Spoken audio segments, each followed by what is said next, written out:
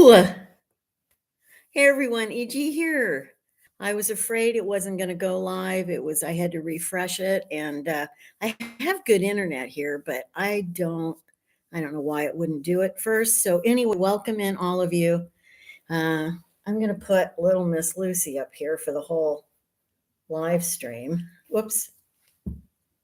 There she goes. She's going to hang. Anyway, hi everyone. Welcome in. I'm in Iceland, Reykjavik. So hi Rhonda, Sonata, Violets and Roses. Leanne had to catch up on the replay. Kai, I'm in a similar climate. Kai, actually probably a little chillier. Gail, Resources, Cindy, London artist Pamela J. Leah's going to catch up on replay. Elizabeth, great Zaza. You got a shout out, Zaza, on my video tomorrow. I'm not a shout out. You got a in the description thing. Let's see. Jades, May, HFC. I haven't been able to do this because this is an actual, I can actually do the chat here. So hi Nordic Light. Hi Light, Lisa, JM, Carolina, Melissa, Jose Eduardo, Donna, Mike Klein, Sue, Justin, Breyer. Okay, I think I kind of caught up. Hi, Lydia. So, yeah, hi, Kunti. Anyway, I'm here. I'm in Iceland. It's amazing. I'm so sad that I really just have till tomorrow afternoon and I got to leave. So, I would love to see so much. I would love to do like at least a week in Iceland someday. So, it's really cool. Love the weather. It's actually sunny right now out and blue sky. We weren't supposed to have this, but we do. And it's really, that's funny, Elizabeth Ann. No, did not swim. Although I got a horror story to tell you guys on the live stream. Just wait a bit and you will hear the scare that we had yesterday. So hi, Noreen. Hi, Susan Wood. Anyway, hi, Em. So I am really happy to be here, but I tell you, yesterday to get here, that seriously, I keep thinking I'm going to have like a worse travel day, and yesterday was it. So it was not a good day. In fact, I actually wrote down the pluses and minuses of what happened yesterday. And the minuses actually outweighed the pluses, which wasn't that surprising. It was very, very weird. Hi, Wild Horses. Hi, Christopher John. No, I don't have a fur coat. I wish I did. No, it's not that cold. It's in the 50s. And with my sweatshirt thing and my rain jacket, it's fine. Fortunately, a lot of people, I think because it's summer, they thought they were coming to Iceland and they're wearing like summer clothes. And I'm like, are you insane? This place is never hot. So, anyway, oh, Ciara, worse than that. I will tell you, but you will have to watch for it in a video. I'm going to post probably a video just of the flight because that's mainly what I shot yesterday. And then it occurred to me, I'm going to throw it in as an extra video because I didn't do I didn't shoot the whole travel day yesterday, but I can tell you some of the things that were already bad even before this particular thing happened. But you have to see it. I can't believe I was filming during this. I was filming on the plane during this. So I watched it this afternoon and it was like, it doesn't look as bad as it was in person, but you can tell by how I sound on the video that it was scary. So I'm going to wait till a few more people. Hey, let's hit that like button in advance of my scary airplane story. So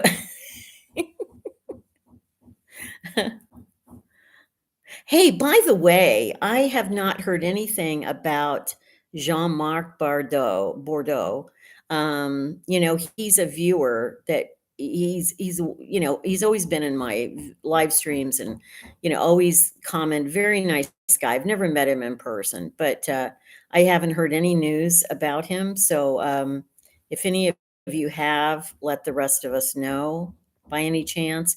I know he watches some other channels too, but I don't know if if he's okay. So I'm hoping he is. you know. Justin, yeah, this is a regular live stream, so it's only subscribers can post, so we should be okay. Hi, Nakoti, and hi, Mimi. HFC says Janice in France said he was in a hospital not feeling well. Don't know anymore. Yeah, he sent me a message or a comment. I don't know if it was an email or a comment that he was going into the hospital. And that's how I first found out, directly from him. And then somebody else posted that he was like in the hospital. So, I mean, like, had to stay. So I just don't know if he's okay. Yeah. Anyway, yes, everybody send out some healing vibes.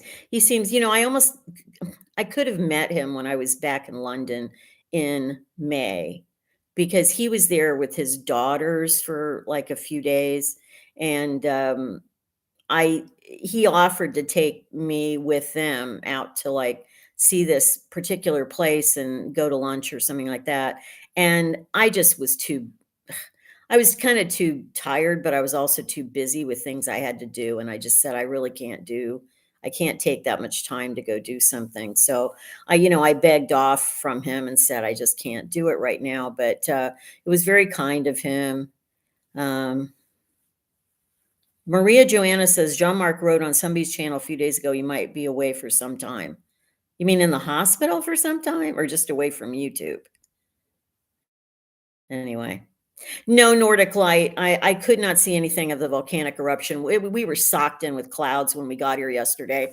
Now, today, I can't see anything because I'm in Reykjavik, and I don't think I'm pointed in the right direction, even to see where the volcano would be going. It's not apparently sending out a lot of smoke at this point. It's mostly lava, but no, it's not near enough to Reykjavik that now, if it's clear tomorrow when we take off, I might be able to see something from the air.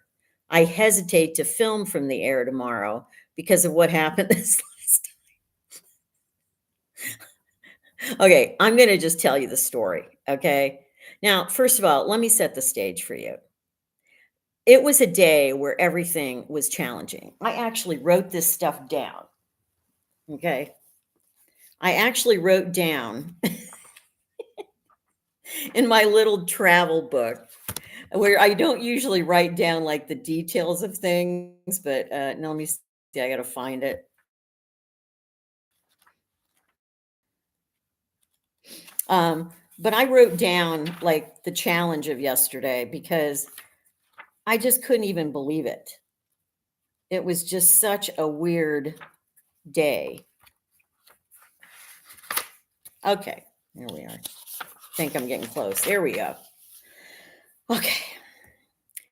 So first of all, let me start with the little stuff. The day started, I had to get up really early because my flight was about at 9:50 and I needed to get to the airport by about a little after. And from airport, I got called an Uber. The airport was only like a kilometer and a half away. Oh gosh, I don't know if you guys can see me. I think I thought I had a better connection here, but apparently it's yeah, I'm going to be buffering. If you tell me you guys can hear me, at least. If you can hear me, we're still good, even if it buffers a little. Sorry, guys. I can't do anything about it. Yeah. Okay. Well, I don't want I don't want to do it to my phone on my phone because my phone is like, then we have to deal with the trolls. Okay. Okay, you can hear me. All right, so let me continue. So I was already upset though from the night before because I'd got a message from Aer Lingus, which is the airline of Ireland. And by the way, just telling you, we'll never fly Aer Lingus again. So So anyway, I had a seat assignment on the plane from London to Dublin because I was going London, Dublin, Dublin, Iceland. And because to Iceland for some reason. So that's how I had booked it. Well, I had a seat assignment, and the seat assignment, it was 12F. I wrote it down. Now, I should have done a screenshot of it. I should have actually had proof of it. Wouldn't have really helped. But anyway, the night before, I'm looking on my thing. It's saying, oh, here's your, I don't know if I was doing early check in, or I don't think so. I think they were just sending me a notification. And they had no seat for me. And I thought, well, that's weird. I had a seat. And so then when I get to the airport the next morning, yesterday morning, I told the lady at the gate, I said, listen, I don't understand why I don't have a seat. I had a seat and then it disappeared. And so anyway, long story short, they had to put me in a middle seat. Fortunately, the second lady I went to who checked in my bags, she actually gave me the best middle seat left, which was right up in front at the bulkhead, so you have plenty of room right in front of it, and it was fine. But it ended up fine. But it was very frustrating that they just dropped my seat. I've never had an airline do that before.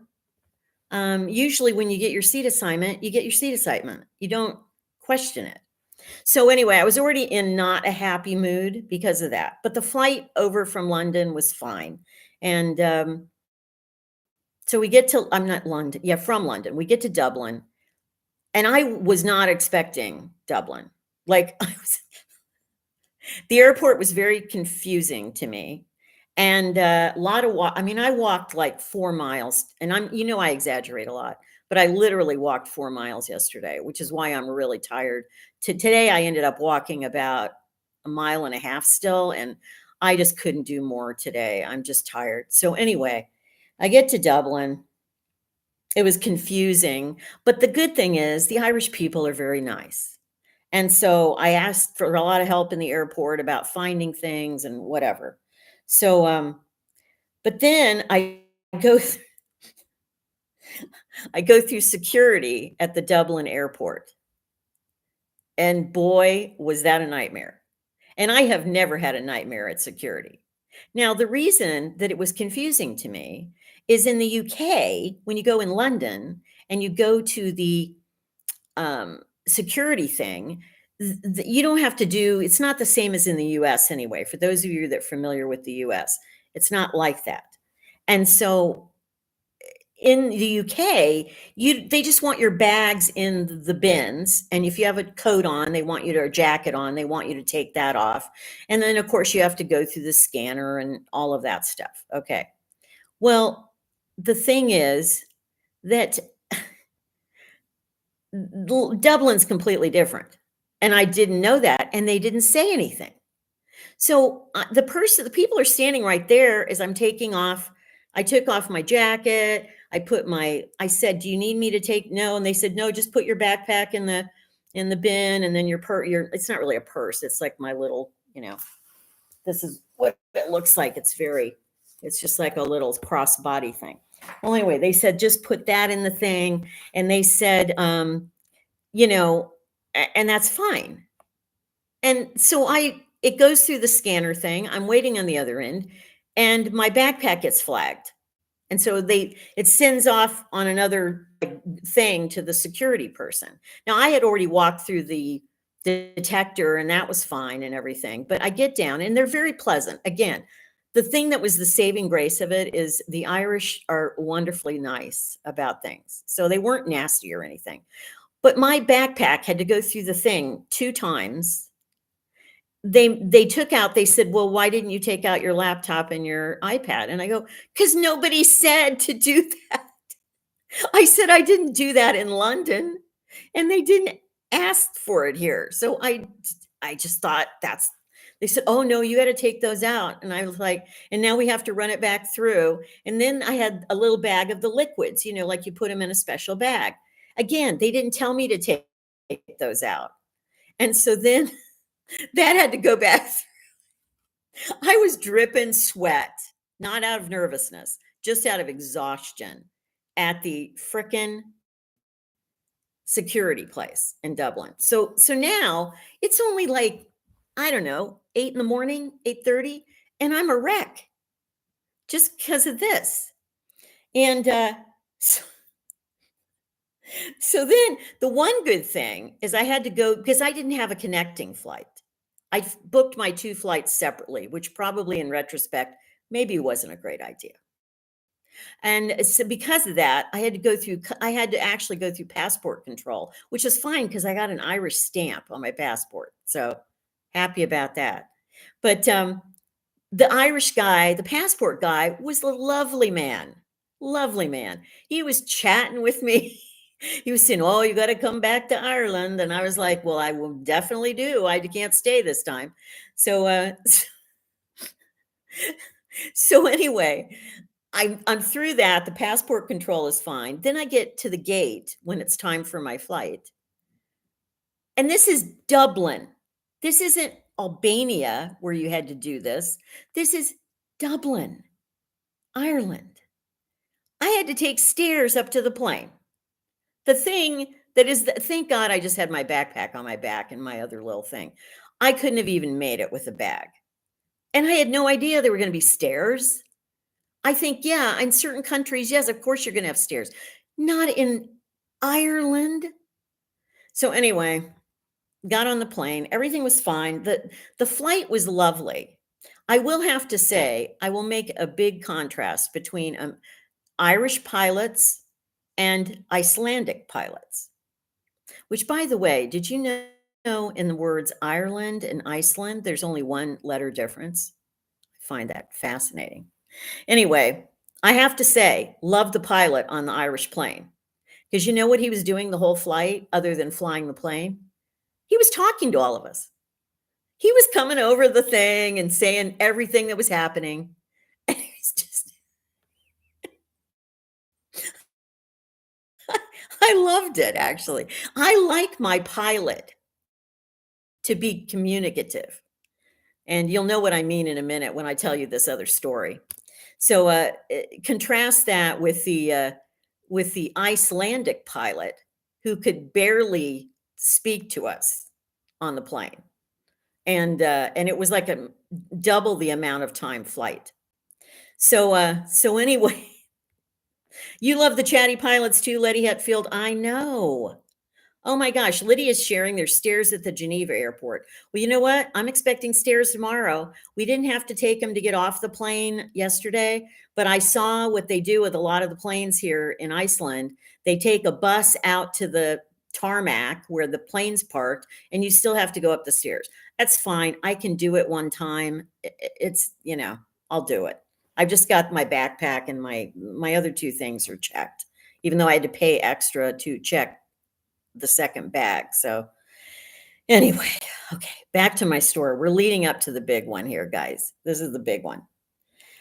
All right. So I'm on this lovely flight to Iceland, which is going well. It's going well. It's smooth. We hardly have any turbulence. It's beautiful up there at 39,000 feet. We're flying a lot over the ocean. Of course, you can't really see because there's cloud cover, but it was lovely.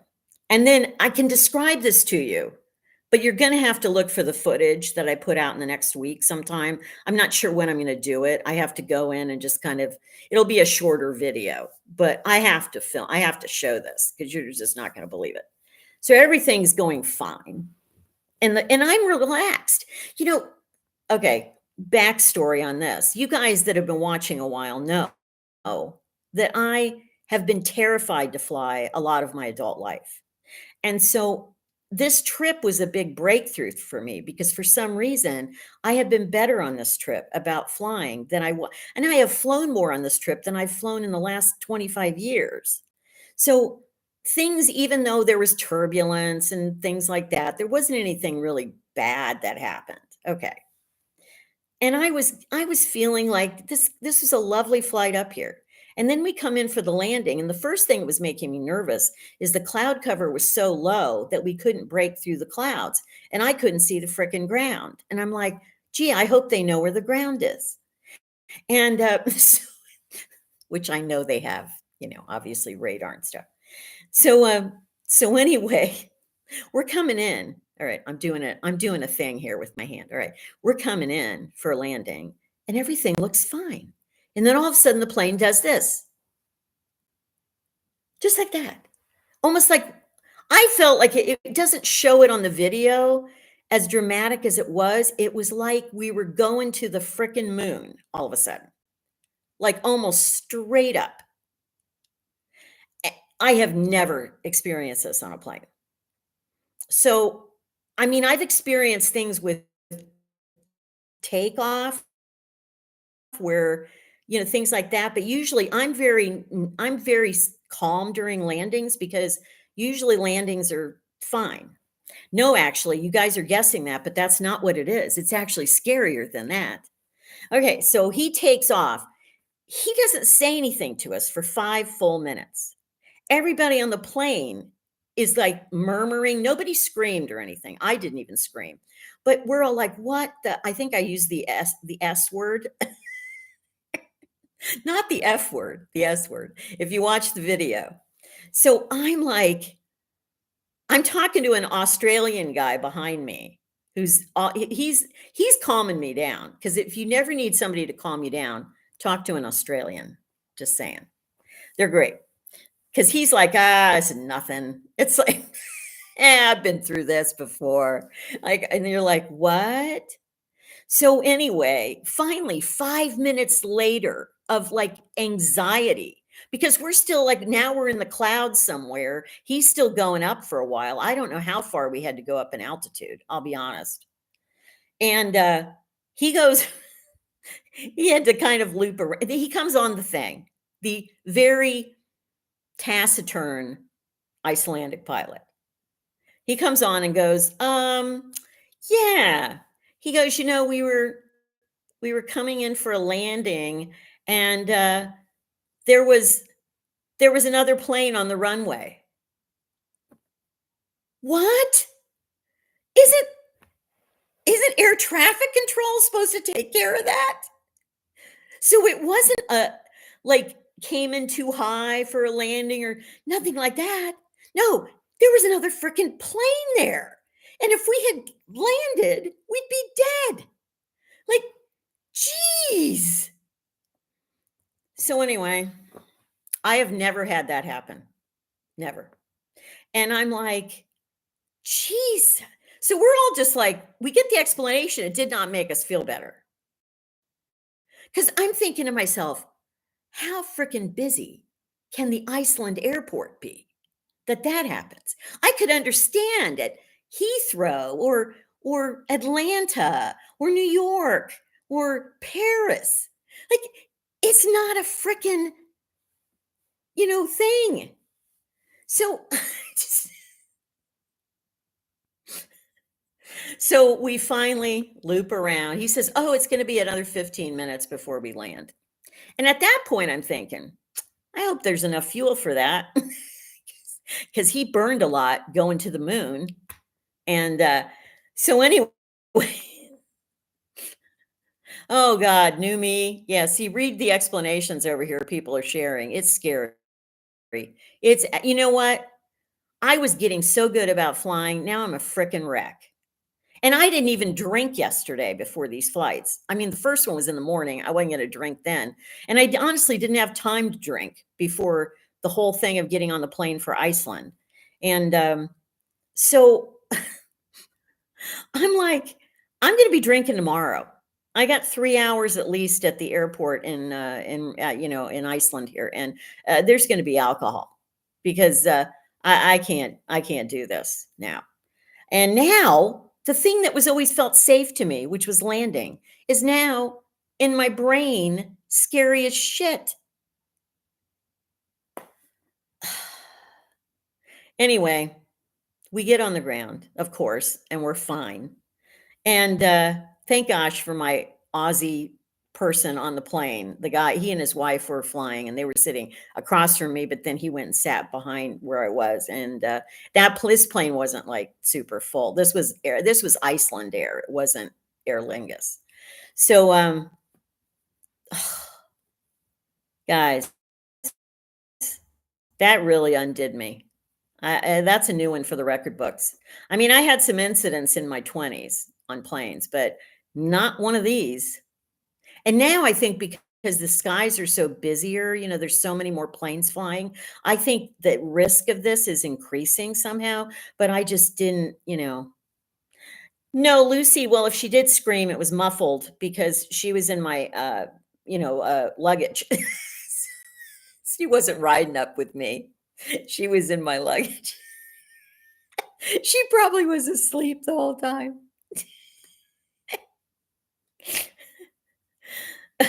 I think he was above 5,000 feet, Lady Hatfield. I certainly felt like we were up to like between 5 and 10 at least. Like he did not, he went really up there. I don't know what the heck. Anyway, that was the story, but I filmed it. That's the weird part. Like it's on film. And you see the moment where it's like you hear the engine's gun and you see us like do this, like, whoa.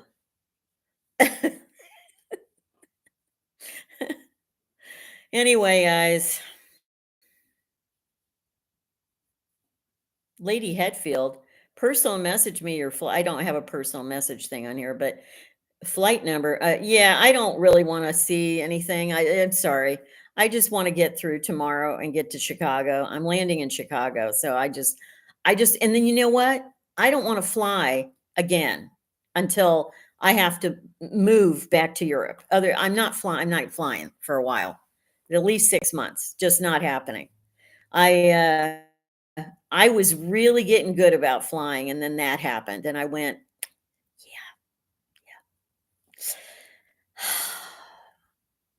I've had some scary shit in my life on planes, but boy, that one I had not had. And it was weird. My dad was a pilot. One of the reasons that I've always been more afraid than maybe the average person is I do know a little bit about flying. I mean, I didn't study it myself, but my dad used to tell me stuff. And he always told me that the takeoff, of course, is the worst, is the most dangerous part. And he said that, those first 10 minutes, like if you get enough altitude at 10 minutes in, usually that's like the safest part of the flight. And he was talking about commercial, not just about like military aircraft. But he did tell me that generally landings are not as, unless there's something wrong with the plane. But he says as long as it's a normal landing and there's nothing wrong with the plane, it's fine. You first of all, you have very little fuel left. So you generally you're not going to like, have a ball of fire if you hit the ground kind of thing. And but he always made me reassured about landings. And so for some reason, I've never had a bad thing landing. I mean, I've had some hard landings, the pilots that don't put you down gently and they're like, bam. So, oh yes, Faith, I will not ever go to your Newark after what I've heard this year about Newark. So no, I would never fly into Newark. So, oh no, Nordic Light, drunken pilots, but that's happened for a long time. So, oh, thank you for saying that, Pamela.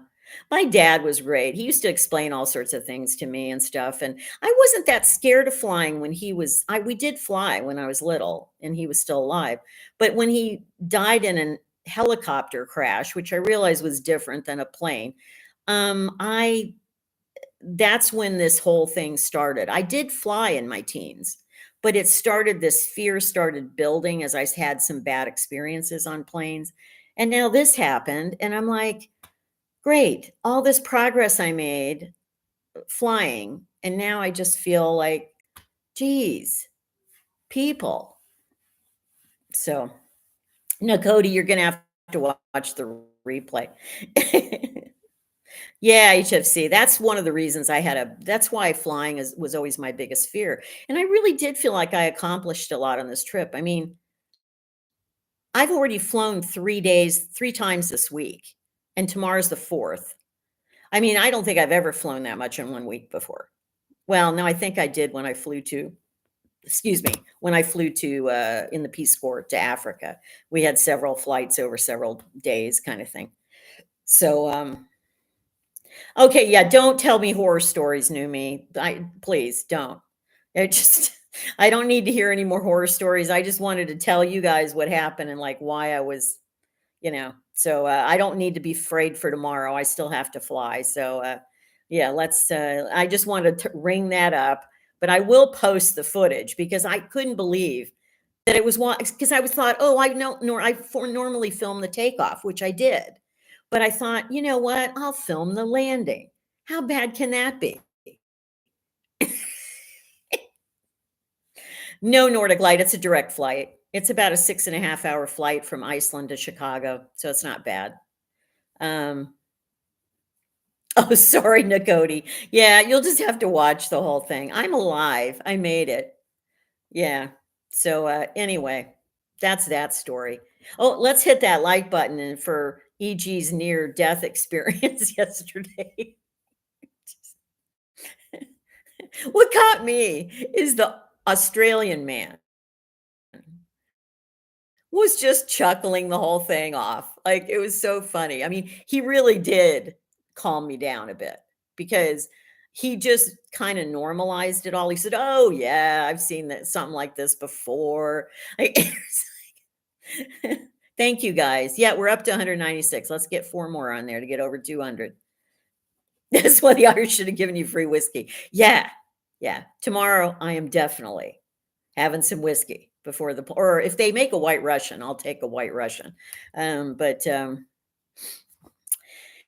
Maria Joanna asks, okay, that's good. Let's switch topic here. So how do you feel about being soon in the US? Mixed feelings, mixed feelings. I mean, I'm glad to be done with the flying after tomorrow. Um, now, because I'm actually, if I hadn't shared this before, the reason I'm landing in Chicago, I'm taking the train back to Reno. I've never been on the California Zephyr.